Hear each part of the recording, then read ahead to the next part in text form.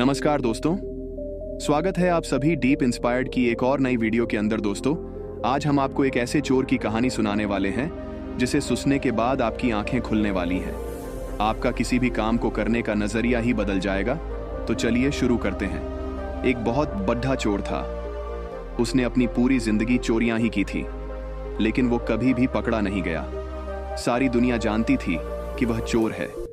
उसके चोर होने की खबर सम्राट तक को थी।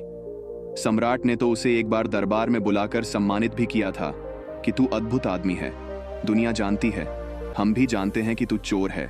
तूने कभी अपनी असलियत छुपाई भी नहीं और चोरी करते हुए तो कभी पकड़ने आया नहीं। तेरी काला अद्भुत है।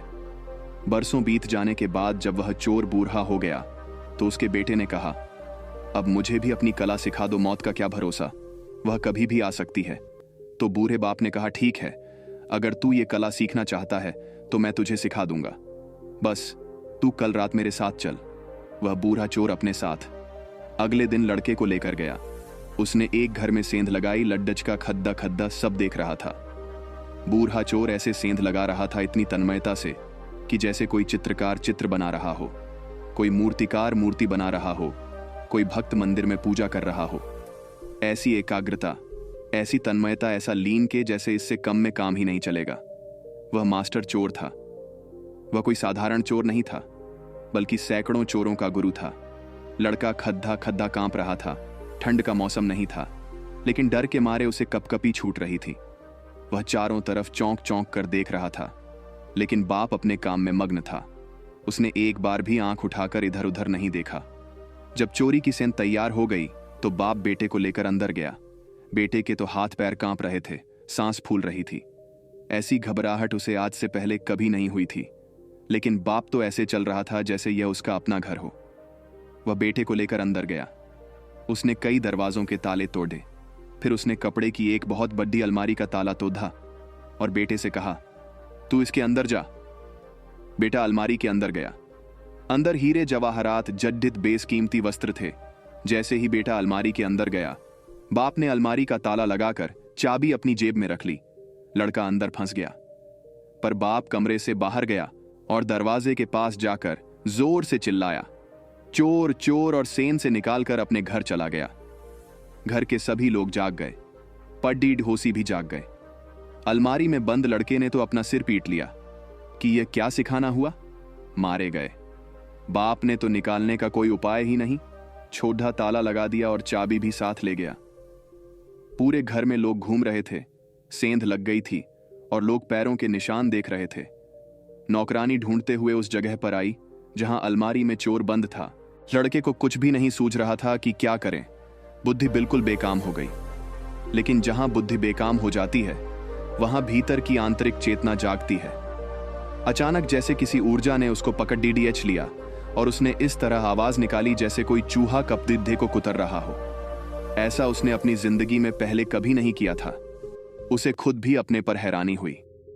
नौकरानी चाबी ढूंढ कर लाई, दरवाजा खोला और दिया लेकर अंदर झांका कि शायद चूहा होगा।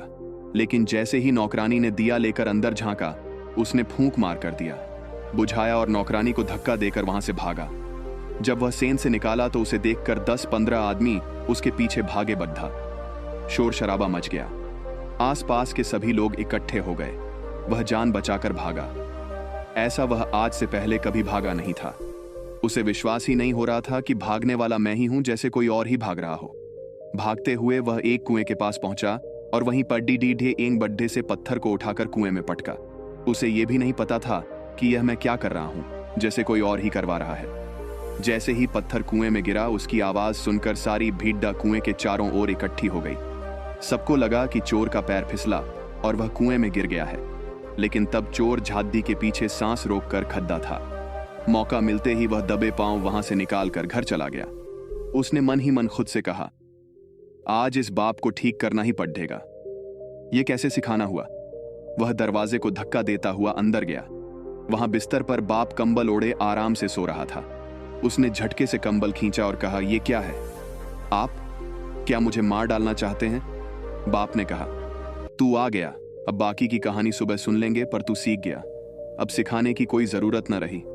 बेटे ने कहा, अरे कुछ तो कहो, अरे कुछ तो पूछो मेरा हाल, क्योंकि अब मैं रात भर सो ना पाऊंगा। फिर बेटे ने सारी कहानी सुनाई कि मेरे साथ ऐसा ऐसा हुआ।